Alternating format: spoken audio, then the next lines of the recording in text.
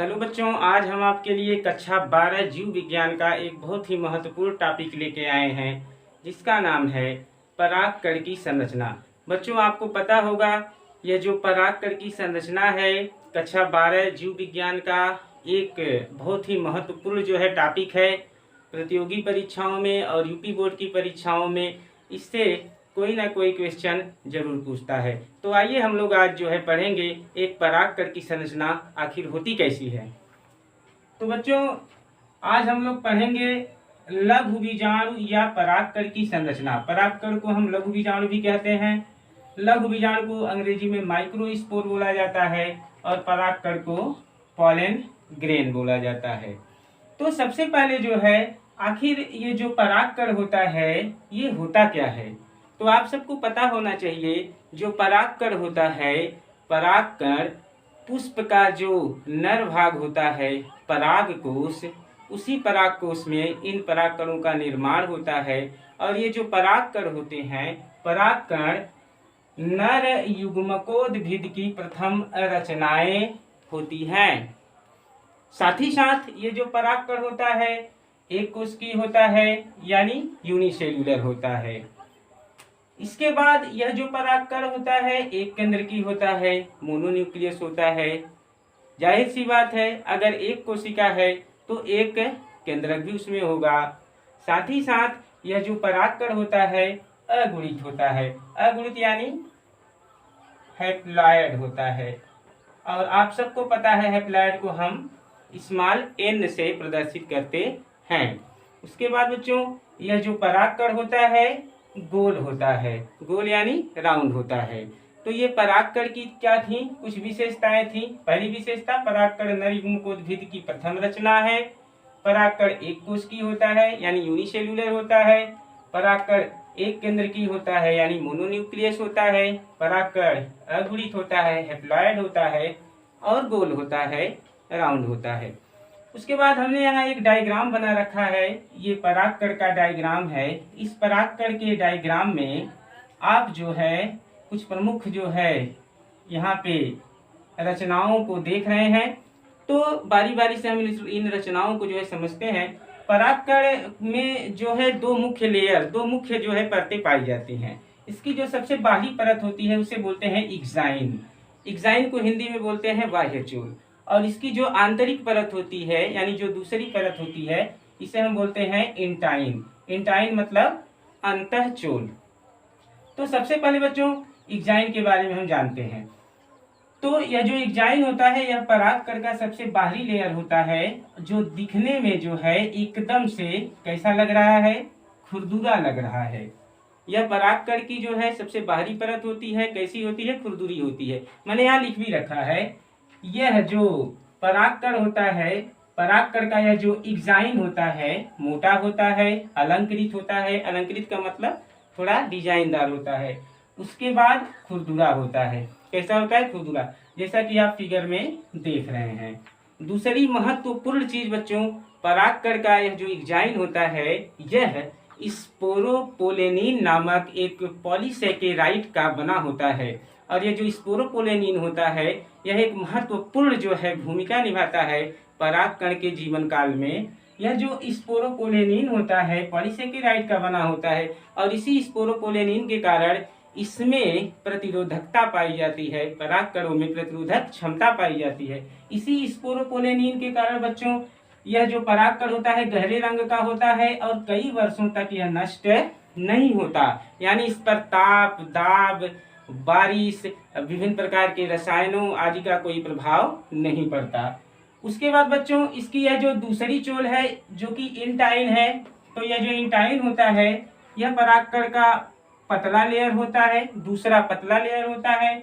और कैसा होता है, कोमल होता है।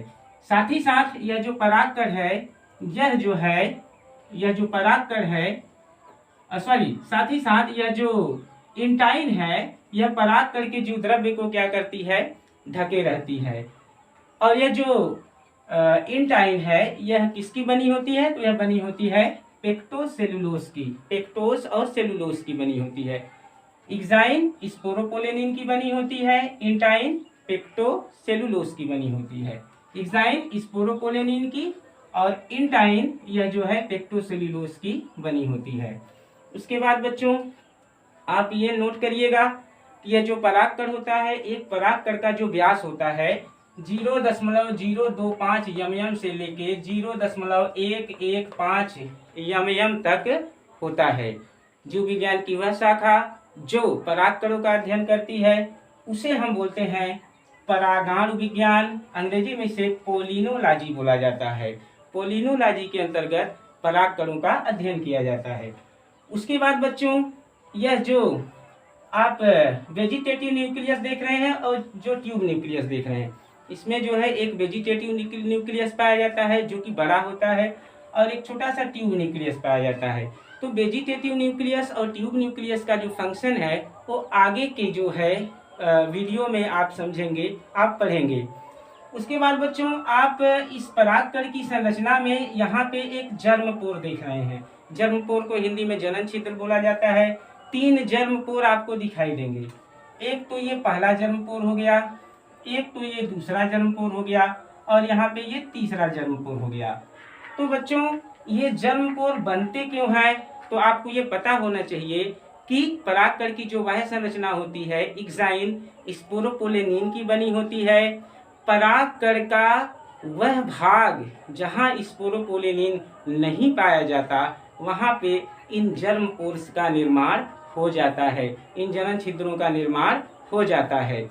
उसके बाद बच्चों एक बहुत ही महत्वपूर्ण बात आप नोट करिएगा कि जितने भी डाइकाट प्लांट होते हैं, डाइकाट का मतलब जितने भी द्विबीजपत्री जो है पौधे होते हैं, उनमें 3 जर्मपोर पाया जाता है। यहाँ मैंने लिख भी रखा है, डाइकाट पौधों में 3 जर्मपोर यानी 3 जनन छिद्र पाया जाता है और जो मोनोकाट होते हैं, एक बीजपत्री होते हैं, उनमें केवल 1 जर्मपोर ही पाया जाता है।